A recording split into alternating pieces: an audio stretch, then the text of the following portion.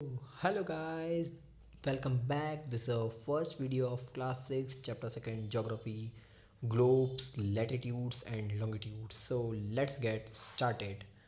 In previous chapter you have read that our planet Earth is not sphere. It is slightly flattened at the north and south pole and bulged in the middle.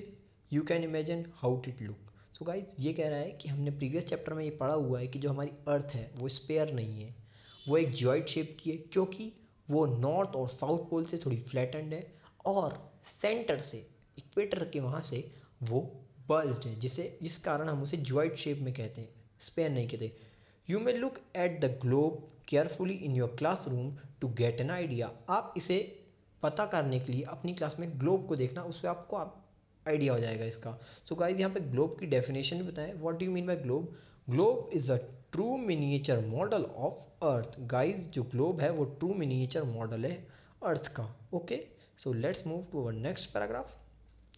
Globe may be of various size. A type of big globes which cannot be carried easily. Small pocket globes, a globe-like balloon, which can be inflated and are handled with careful and ease. So guys, globe कई type के होते हैं. कुछ बड़े globe होते हैं जिन्हें handle करना बहुत मुश्किल होता है, वो कुछ ज़्यादा बड़े होते हैं. कुछ स्मॉल ग्लोब्स होते हैं जो पॉकेट साइज ग्लोब होते हैं, जो आपने ज़्यादातर जगहों पे देखे होंगे. और कुछ बलून टाइप ग्लोब्स होते हैं जो इन्फ्लेमेटेड होते हैं, बट उन्हें बहुत ईज के साथ रखना पड़ता है, बहुत केयर के साथ. वो फिक्स नहीं रहते हैं गाइस. ओके, तो ये लिखा भी हुआ है यहाँ पे, the globe is not fixed. It can be rotated the same way from the to spin और potter wheels in is rotated. Guys जो ग्लोब है वो फिक्स नहीं रहता है, वो रोटेट करता है जस्ट लाइक अ पॉटर व्हील की तरह. Okay guys, on the globe countries, continents and oceans are shown in the correct size. So guys जो ग्लोब में कंट्रीज, कॉन्टिनेंट्स और ओशंस हैं वो उनके करेक्ट साइज में, बिल्कुल करेक्ट साइज में पता चल जाएंगे आपको, बहुत इजीली दिख जाएंगे अलग अलग कलर में. Okay, so move over next paragraph.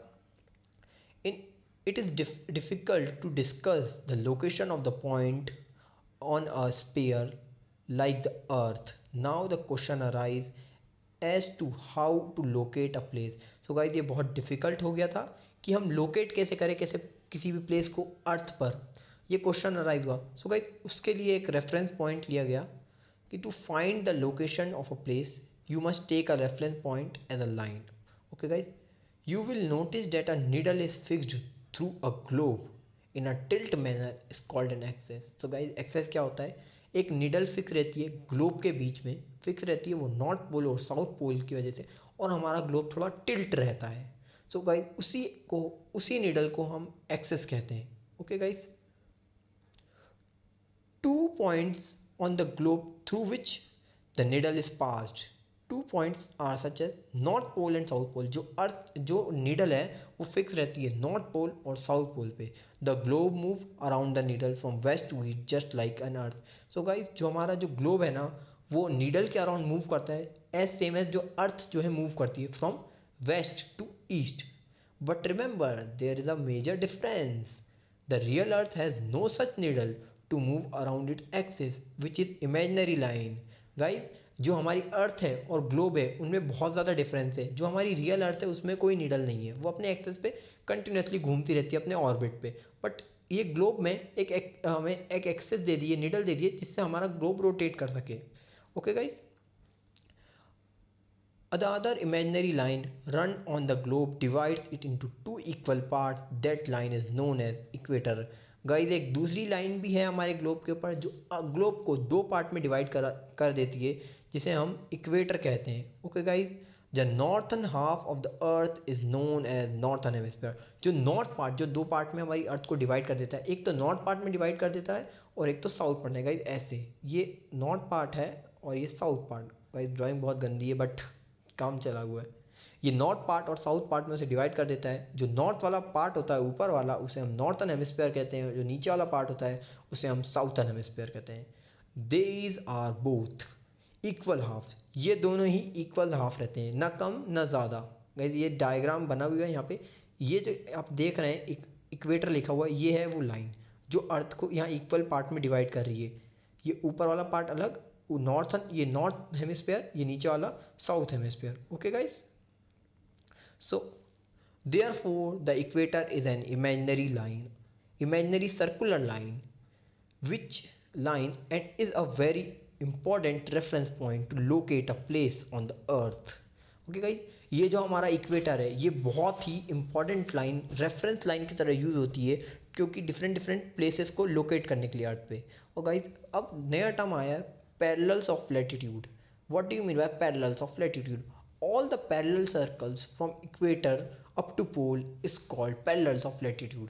So guys, equator से लेकर टू नॉर्थ पोल या साउथ पोल तक ये जितने भी सर्कल्स बने, ये 20 degree north circle, 40 degree north, 60 degree north, ये जितने भी सर्कल्स हैं हम इन्हें पैरेलल्स ऑफ लैटिट्यूड कहते हैं. Okay guys.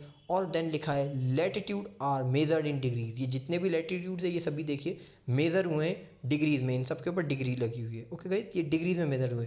The equator represent a 0 degree. जो इक्वेटर है वो हमारा रिप्रेजेंट करता है ये 0 डिग्री पे. Okay guys. Since the distance from the equator to either of the pole is 1/4 of the circular rotation of earth, it will be measure 1/4 of 360 degree, that gave 90. So guys, ये जो हमारा अर्थ है, चाहे हम equator से north pole चले जाएं चाहे हम इक्वेटर से साउथ पोल चले जाएं, दोनों का ही डिस्टेंस 1/4 है. Then its rotation of 360 degree which gave 90. यहाँ से भी डिस्टेंस 90 डिग्री है और यहाँ से भी डिस्टेंस 90 डिग्री है. Okay guys, let's move further. Those 90 degree north latitude make north pole and 90 degree south latitude make south pole. तो भाई जो 90 डिग्री नॉर्थ लैटिट्यूड है वो नॉर्थ पोल बना रहा है और जो 90 डिग्री साउथ लैटिट्यूड है वो साउथ पोल बना रहा है. As such all parallel north of equator called north latitude. जितने भी नॉर्थ ऑफ इक्वेटर्स हैं उन्हें हम नॉर्थ लैटिट्यूड कहते हैं. And parallels of south is called south latitude. और जितने भी पैरेलल्स ऑफ साउथ हैं उन्हें हम साउथ लैटिट्यूड्स कहते हैं. Okay guys, the value of each latitude therefore followed by either the word north और साउथ. दोनों ही लैटिट्यूड्स की, चाहे वो नॉर्थ पोल हो और साउथ पोल हो, उन्हें हम as a general for example के लिए हम उनसे लेते हैं एन से या सी से. Okay guys. और यहाँ पे उन्होंने एक एग्जाम्पल भी दिया है, बोथ चंपारण इन महाराष्ट्र, जो चंपारण महाराष्ट्र में हमारे भारत में इंडिया में, बिलो हॉरिजोन इन ब्राज़ील, और दूसरी कंट्री ब्राज़ील जो साउथ अमेरिका में, वो दोनों ही पैरेलल्स ऑफ 20 डिग्री लैटिट्यूड पे लोकेटेड है. दोनों ही सेम है बट डिफरेंस क्या है, वो एक नॉर्थ पे है और एक साउथ पे है. ओके गाइस, जो हमारा चंपारण है वो 20 डिग्री नॉर्थ पे लैटिट्यूड पे लोकेटेड है और बिलो हॉरिजोन पे, और जो दूसरा हमारा ब्राज़ील है वो 20 डिग्री साउथ लैटिट्यूड पे लोकेटेड है. सो let's move our next topic, important parallels of latitude. ये हमारे इंपॉर्टेंट पैरेलल्स है लैटिट्यूड पे. गाइस अभी मैंने आपको बताया जो बिलो इक्वेटर 0 डिग्री का होता है और north pole 90 degree north and south pole is 90 degree south from the equator. And important parallels of latitude है ट्रॉपिक ऑफ कैंसर जो कि है 20 डिग्री हाफ ऑफ नॉर्थ पे, जो है नॉर्थन हेमिस्फीयर में, जो ट्रॉपिक ऑफ कैप्रिकॉन जो है 23.5 डिग्री साउथ पे जो है साउथन हेमिस्फीयर में. और तीसरा आर्कटिक सर्कल जो है 66 degree north of the equator पे, एंड अंटार्कटिक सर्कल जो है 66 degree and half of south of equator पे. तो गाइस इसे मैं और अच्छे से आपको डायग्राम से बताता हूँ. ये इक्वेटर जो 0 डिग्री पे अभी मैंने आपको बताया, जो ट्रॉपिक ऑफ कैंसर है वो नॉर्थ साइड 23.5 डिग्री पे है और tropic of capricorn 23.5 degree south पे है. और वहीं पे ऊपर ये जो हमारा आर्कटिक सर्कल है वो 66.5 डिग्री नॉर्थ पे ऊपर है, नॉर्थ हेमिस्फीयर पे, और ये साउथर्न हेमिस्फीयर पे हमारा एंटार्कटिक सर्कल 60 डिग्री साउथ पे है. Okay guys, our next important topic is heat zones of the earth. जो ये भी एक इंपॉर्टेंट टॉपिक है गाइज एग्जाम से related, heat zones of the earth. So let's talk about heat zones. First हमारा heat zone है torrid zone. Okay guys, torrid zone. The middle some is extremely overhead at least once in a year over the all latitude in between tropic of cancer and tropic of capricorn. So guys जो middle of sun है वो once in a year पे हमारे overhead होता है किसके बीच में, tropic of cancer के बीच में और ट्रॉपिक ऑफ कैप्रिकॉन के बीच में. Therefore therefore the maximum heat received there and that's why it's called toroid zone. Guys इसका सीधे सीधे मतलब ये है कि जो हमारा इक्वेटर वाला पार्ट है, मैं से आपको डायग्राम से और अच्छे से समझा पाऊंगा। ये बना रहा हूँ एंड देन गाइस ये जैसे सन है और ये सन की जो डायरेक्ट हीट है वो ये इक्वेटर वाले पार्ट पे पड़ती है। सो गाइस इस पे डायरेक्ट हीट पड़ती है तो यहाँ पे सबसे ज़्यादा हीट रिसीव होती है और टेम्परेचर सबसे ज़्यादा होता है और इसीलिए इसको टोरॉइड जोन का नाम दिया। ये लिखा हुआ है, ये टोरॉइड जोन हुआ है क्योंकि यहाँ पे सबसे ज़्यादा हीट रिसीव होती है, डायरेक्ट सनरेज यहाँ पे पड़ती हैं। और हमारा नेक्स्ट हीटिंग जोन है वो है temperate zone. The middle sun never shines overhead on any latitude below the tropic of cancer and tropic of Capricorn.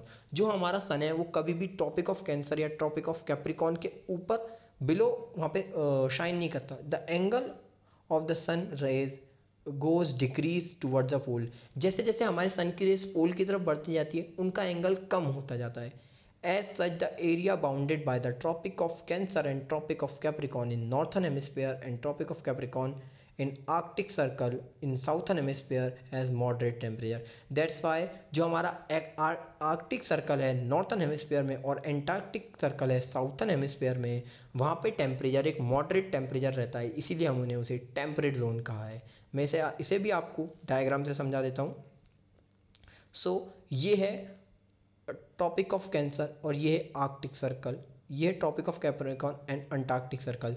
जैसा कि मैंने बताया यहाँ पे डायरेक्ट सनरेज पड़ती हैं और जैसे जैसे सनरेज हमारी पोल की तरफ मूव करती हैं उनके एंगल डिक्रीज होता जाता है, जिस कारण से यहाँ पे और यहाँ पे सबसे बहुत कम हीट रिसीव होती है, मॉडरेट टेम्परेचर रहता है मतलब, इसीलिए हमने इसे टेम्परेट जोन कहा गया है। ये है आर्कटिक सर्कल के साइड नॉर्थर्न हेमिस्फीयर पे, ये है अंटार्कटिक सर्कल के साइड साउथर्न हेमिस्फीयर पे। Let's move our third heating zone but it is cold zone man. Frigid zone area lying between Arctic Circle and the North Pole in Northern Hemisphere and Antarctic Circle and the South Pole in Southern Hemisphere are very cold। जो हमारा Antarctic circle और north पोल के बीच का जो area है, जो north pole northern hemisphere में लाया करता है, और जो आर्कटिक सर्कल और नॉर्थ साउथ पोल के बीच का एरिया जो साउथर्न हेमिस्फीयर में लाया करता है, वो सबसे कोल्डेस्ट एरिया है क्योंकि because the sun does not rise over the horizon above the horizon. जो हमारा सन है वो हॉरिजॉन के ऊपर कभी भी राइज नहीं करता है।